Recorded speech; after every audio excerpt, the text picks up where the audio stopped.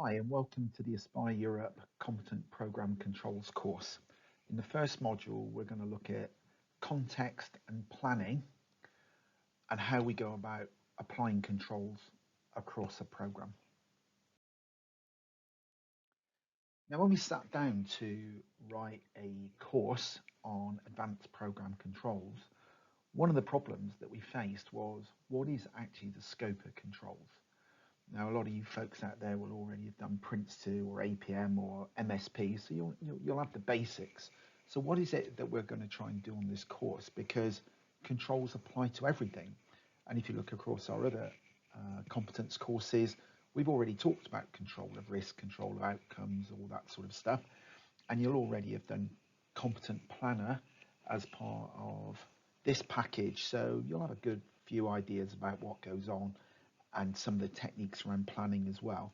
So this was a bit of a dilemma. So what we've settled on is as follows. Thinking around the hierarchy of plans and how those layers of controls work. So we've got to think about business change, how do we interface with projects, how do we interface with programs, and of course, all the way around that, we've got portfolio management. So what we're looking to do is design and implement integrated controls into our environment. And to achieve this, there's a few things that we need to have in place. We need to have clear authority to make decisions up and down that hierarchy. We need to have accuracy of information so that when we are faced with a decision, we know it's coming nice and early and we have the information on which to base accurate decisions. Now, that is one of the problems, is information that we will come back to during the whole controls course, but it is key to everything.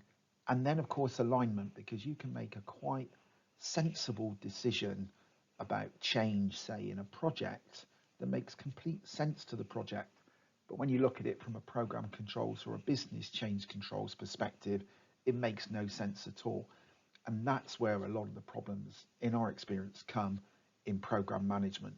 Small changes down at the lower levels aggregate up to have completely misunderstood consequences higher up, or multiple similar changes aggregate together.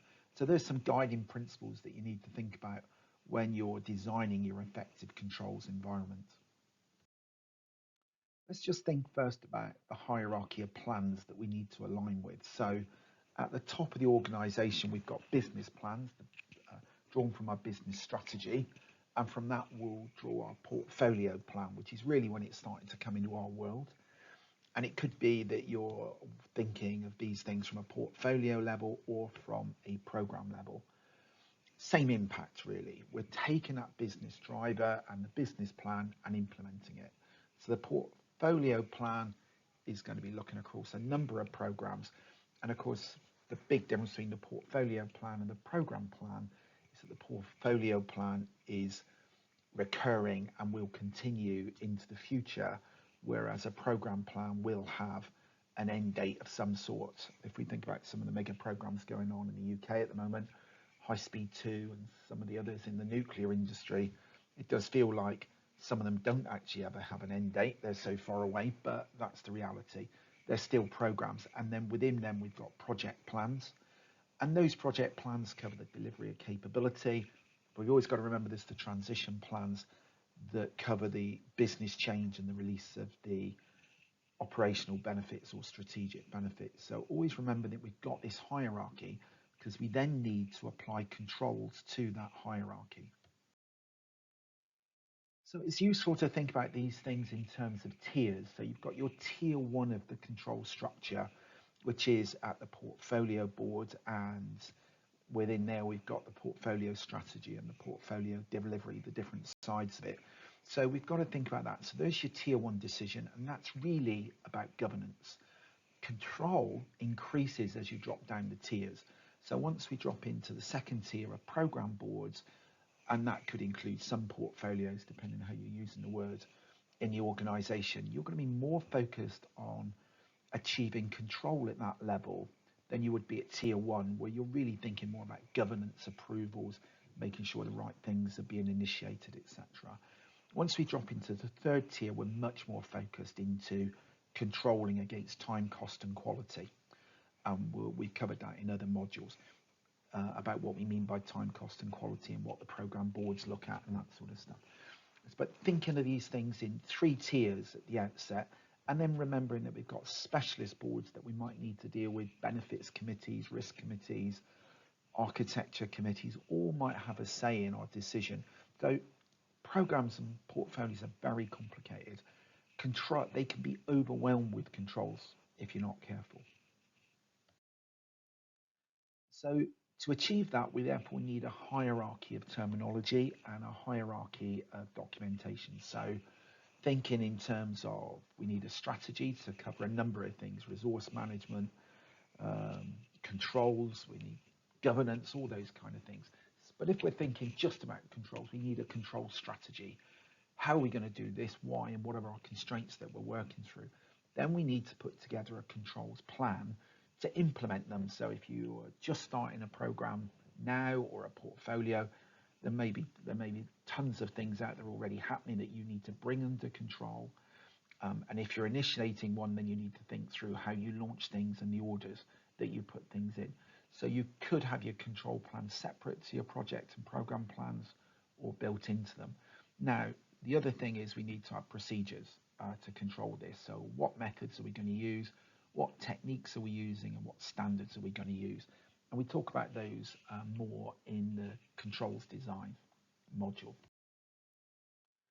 When we're thinking about our plan, we have to be realistic and recognize that it's not basically just about bottom-up planning within a project, and then we add project plans together to get the program plans, then we add the program plans to get the portfolio plans. That might actually give us a very accurate plan in the end. Bottom-up's the best way to do it. The problem is coming down from the top, there are other things, strategic objectives, compliance deadlines, things that have to be there if it's linked to government or legal. There could be political imperatives where politicians have promised stuff and you've got to deliver it. And then there's the benefits. We need the benefits to be released, possibly to fund further stages of the program and any other changes that are going along. So when we're putting our strategic timetable together, it's more than just bottom-up planning. We've got to pull the whole thing together.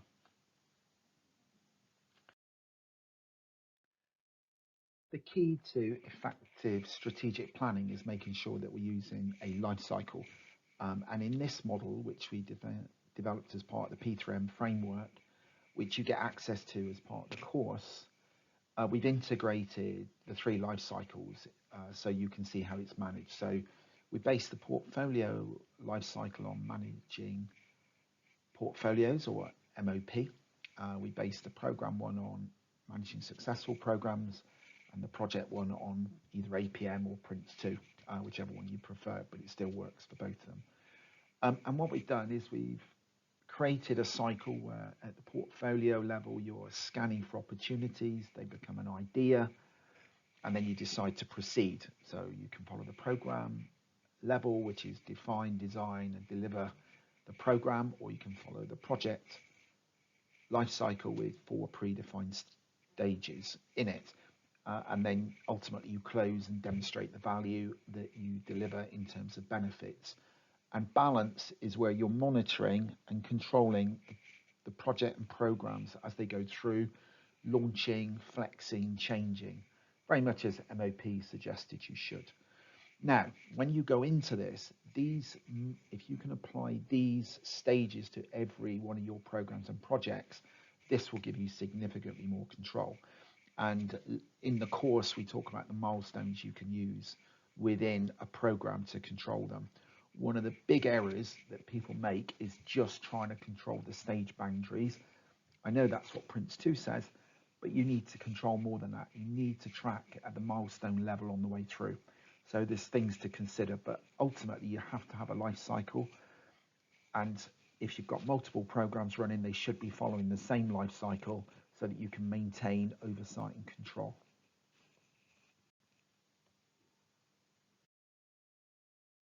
In this model, we've reverted to using the MSP model just for the purposes of the presentation. And what they call the transformational flow, where you take the idea at the start and identifying the program, which compared to the P3M framework one, we call that the idea stage. And then you go through the same process. You define the program, managing the tranches and closing them. But what you actually see here more clearly is delivering the capability is how the projects fit into this and realizing the benefits, which is the business change side of things. And all these elements need to be controlled. It's not just about looking at projects. And if you look at all the failures of big programs and projects, it's because they failed to control the plan effectively.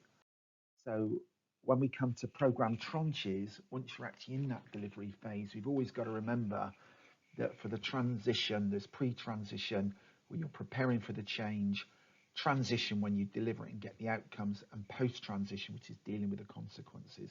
It's really important to see those three stages in there.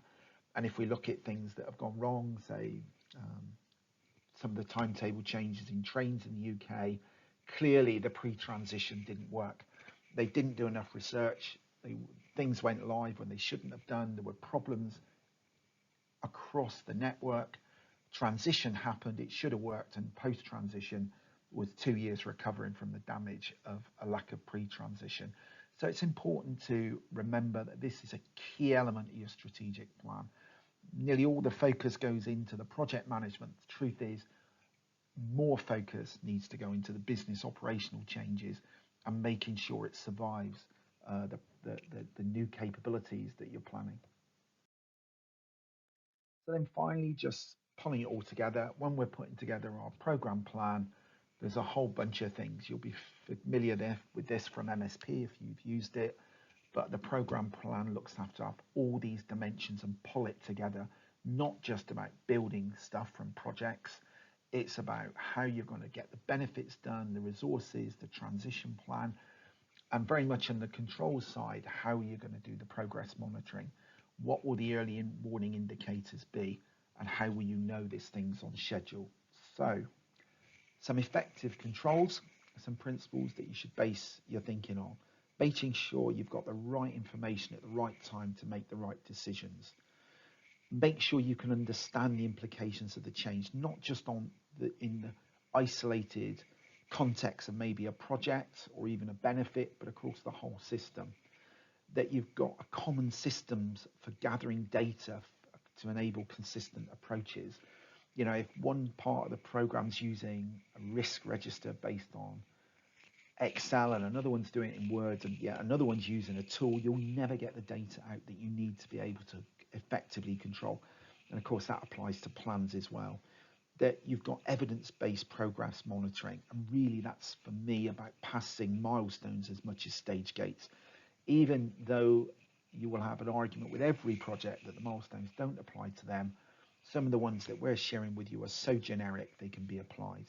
Okay, very important you've got formal mechanisms to stop or change an initiative if it starts to go wrong or the early warning indicators suggest its strategic context may be changing, and always communicate with stakeholders so they know what's going on. Okay, well, I hope that gives you a good overview of competent program controls and what you're going to find in that section of the course. Hope it's been useful, and I'll be speaking to you again on future videos.